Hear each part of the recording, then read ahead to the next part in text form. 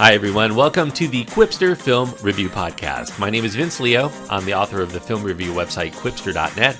I invite you to check out over 4,000 of my written reviews. You can read there anytime. Quipster.net is where to go. QWIPSTER.net. I also want to let you know that I do another podcast covering brand new movies. It's called the Quipster Film Review Podcast. Search for it wherever you're listening to this right now, and you'll find it.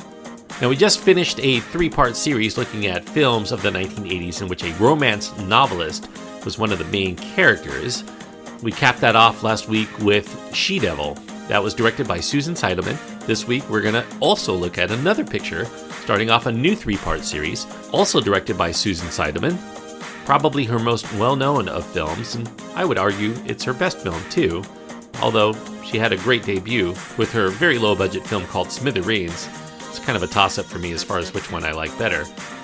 Desperately Seeking Susan, this is going to start a three-part series in which I look at films of the 1980s in which a character gets amnesia and ends up living a different life than they had before.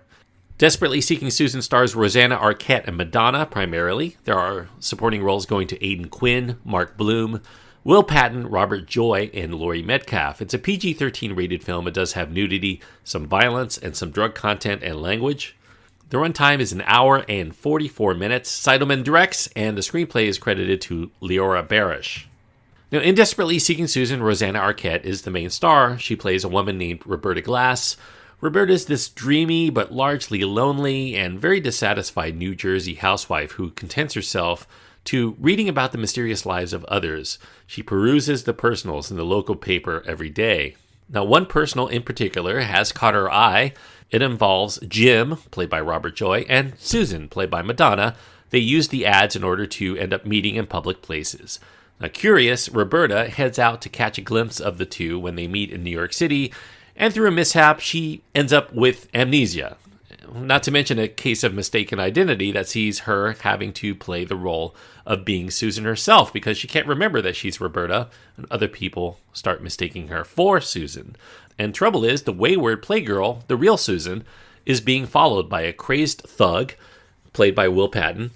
He's intent on recovering some heisted priceless Egyptian artifacts that end up given to Jim, earrings that have been seen in the real Susan's possession. And with the help of Jim's friend Des, played by Aidan Quinn, who ended up luckily beating out for that role a then unknown Bruce Willis, Des also mistakenly thinks that Roberta is Susan because he doesn't know Susan personally. So Roberta, as Susan, ends up having to traverse this dangerous territory to find meaning to her own life, even if she has to live the life of another to do it. I know it's a little bit confusing there. If you watch the film, it does make sense. Now, at the time of its release, first-time screenwriter Leora Barish's inspiration for creating Desperately Seeking Susan, she was inspired from a viewing that she had done recently of a 1974 French film from Jacques Rivette called Céline and Julie Go Boating. She ended up taking the ideas from that film and then spun off with her own personal experiences because she loved to read the personals ads in the local newspaper, just like Roberta. Barish also modeled the character of Roberta to some degree on one of her friends, a film producer named Sarah Pillsbury. It's kind of no surprise that Pillsbury did like the idea enough to co-produce it herself, along with her partner Midge Sanford, and that would be the basis of their new production company's first venture into films as Sanford Pillsbury Productions. Now that they had the script, they still needed a director, but their funds were limited, so they ended up reaching out to a director named Susan Seidelman, who had just directed one feature film before, just out of film school. It was an impressive debut, 1982 low-budget independent film, made for $80,000. It did have some French New Wave stylings that they liked. It was called Smithereens, and that offered a pretty similar story of a New Jersey resident who tries to enter the hip underground art and music scene in New York. So a perfect match for them at the time. Warner Brothers had initially been putting some money into seed the project. They ended up pulling out, though, and that made way for Orion Pictures to pick up where Warner Brothers left off. However, Orion Pictures did insist that a few revisions to the script be made. They wanted more romance, they wanted more conflict, they wanted to punch up the settings so that the film would have much more visual cinematic appeal. This would prove to be Seidelman's first effort working within a studio system. She had a professional crew now and an established cast of mostly seasoned character actors to boast, so a big leap for her in terms of filmmaking. However, they still hadn't settled on the lead performers. She wanted younger and more inexperienced than what she was being told. In terms of casting the role of Roberta Glass, Roberta was written to be an older woman, and they ended up casting Rosanna Arquette, who was in her mid-20s, over the likes of those older actors like Cher and Goldie Hawn and Diane Keaton that they were looking at. That original script by Barish envisioned Roberta as that older wife, but the push was there from Sanford and Pillsbury in particular to go for someone that would appeal to a younger and hipper set of filmgoers. And that the producers did like the fact that Arquette could appeal to the younger demographic that they had envisioned for the film, and she had a certain look. She had a plausibly sexy demeanor whenever she needed to, and most importantly, a great comic timing they thought would be perfect for the role of Roberta, despite her young age.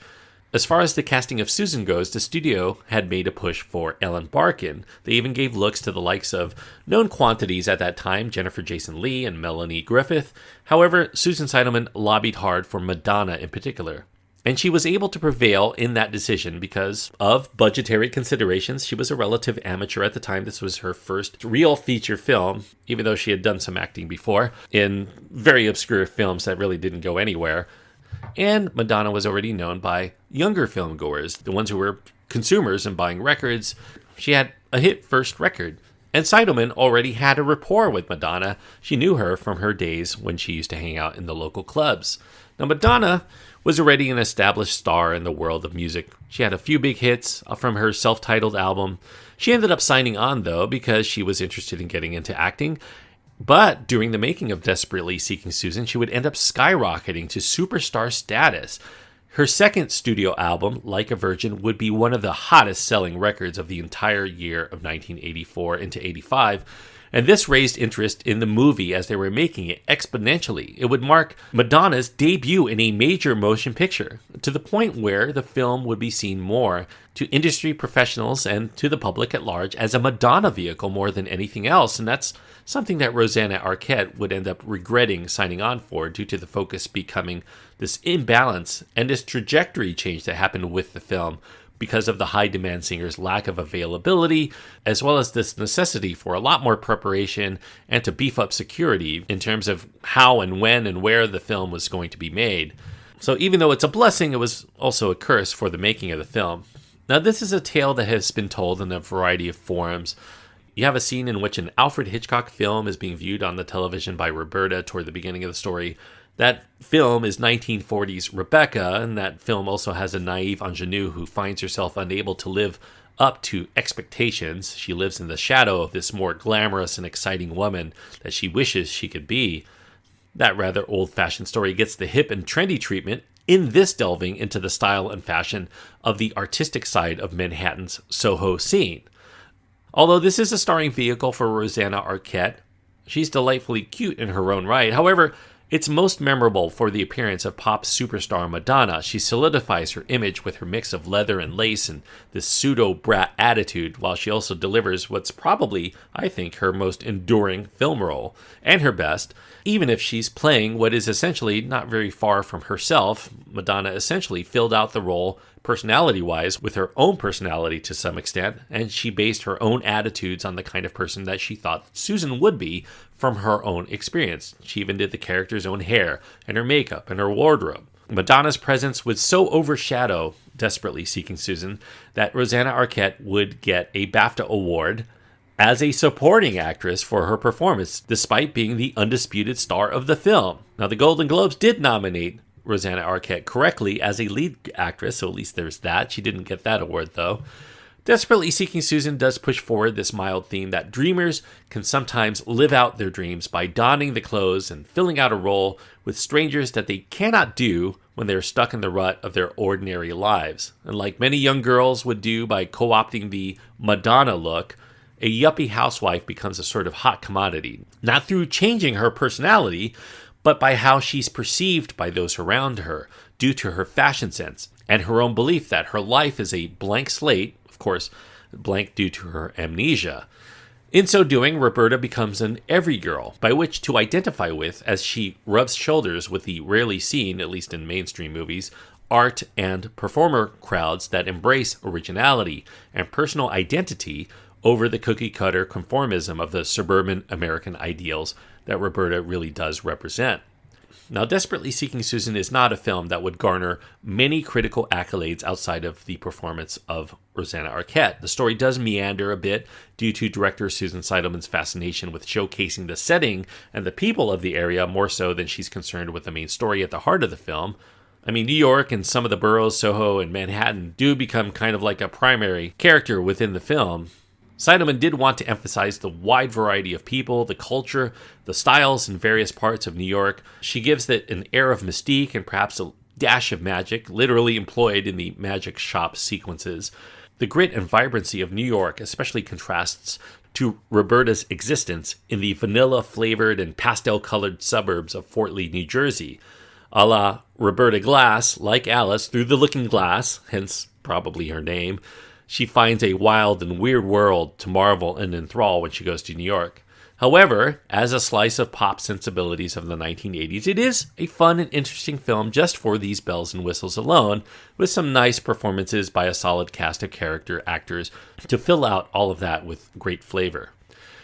Although this would be a film that had many conceptual ideas going into it, the one thing that they did not have was an adequate ending for the film, and that resulted in several endings being shot, including one in which Roberta and Susan end up traveling together to Egypt, where they ride camels to try to return the earrings back to their rightful home.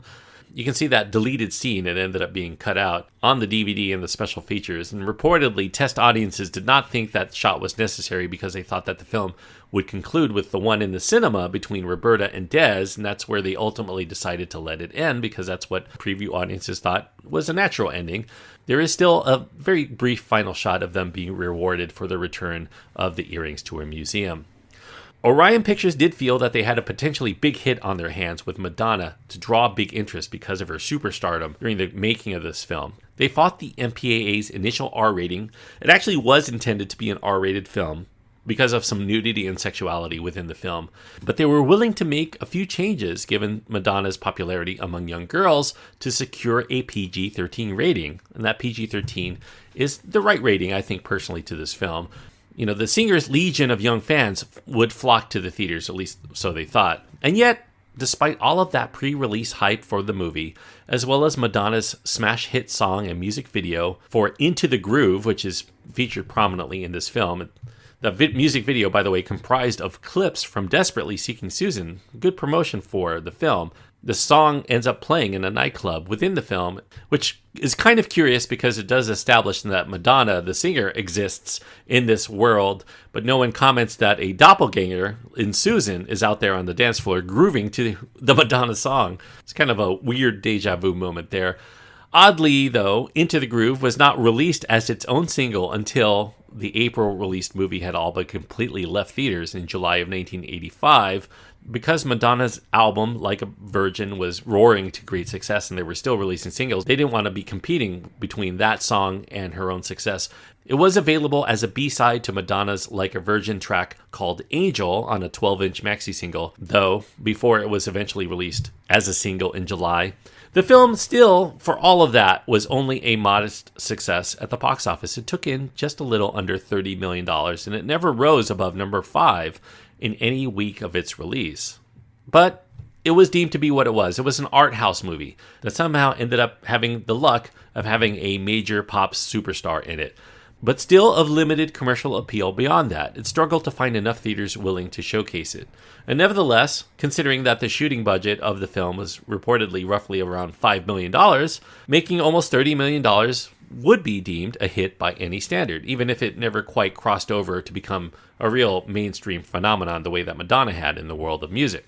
And as a film, I would say this is more a cute curiosity than it is a witty screwball romp. However, I do think that Desperately Seeking Susan will nevertheless hit home, not only for fans of Madonna, but for people who like that Soho kitsch and all things that represent the decade from which it is made, especially for people who like that mix of art house and commercial sensibilities. Desperately Seeking Susan is one of those films that really has grown in my estimation over time. At the time that I saw it in the movie theaters in the mid-1980s, I think at its heart, it is a film that is, despite its marketing and despite Madonna's appearance, is reaching for themes that appeal to an older audience, even with all of the young cast that they put into the film. So as I've gotten older, the more the film ends up making sense to me. And I've gone from thinking as a teenager, not knowing what to make of it, I've actually grown to quite like Desperately Seeking Susan, enough to give it 3.5 stars out of 4. 3.5 stars on my scale means that I do think that this is a good movie. I really do think that this movie stands up to multiple viewings. There's a lot of thematic material here. It's whimsical, a movie that I like more each time I watch it. I wasn't a huge fan of it when I was a teenager, but as I've watched it, I think this is my 4th time watching it now. This is a movie that grows with me. It's definitely a recommendable movie. Worth checking out if anything that I've said appeals to you. Thank you everyone for listening. I hope that you enjoyed the review of Desperately Seeking Susan. I very much enjoyed looking back at that film. As far as what I'm going to be reviewing next week, it's a movie that actually will be a first-time watch for me. It came out just a year before Desperately Seeking Susan. It is called American Dreamer, another film with a frustrated housewife who ends up getting amnesia at some point and living a life of excitement that she never knew before. It stars Jo Beth Williams, Tom Conti, Giancarlo Giannini, and quite a few others. If you haven't checked that out, I definitely recommend checking that out before I get to it next week. I'm looking forward to partaking of that film for the first time. American Dreamer from 1984. Until next time, thanks again for listening and joining me on this trip around the world in 80s movies.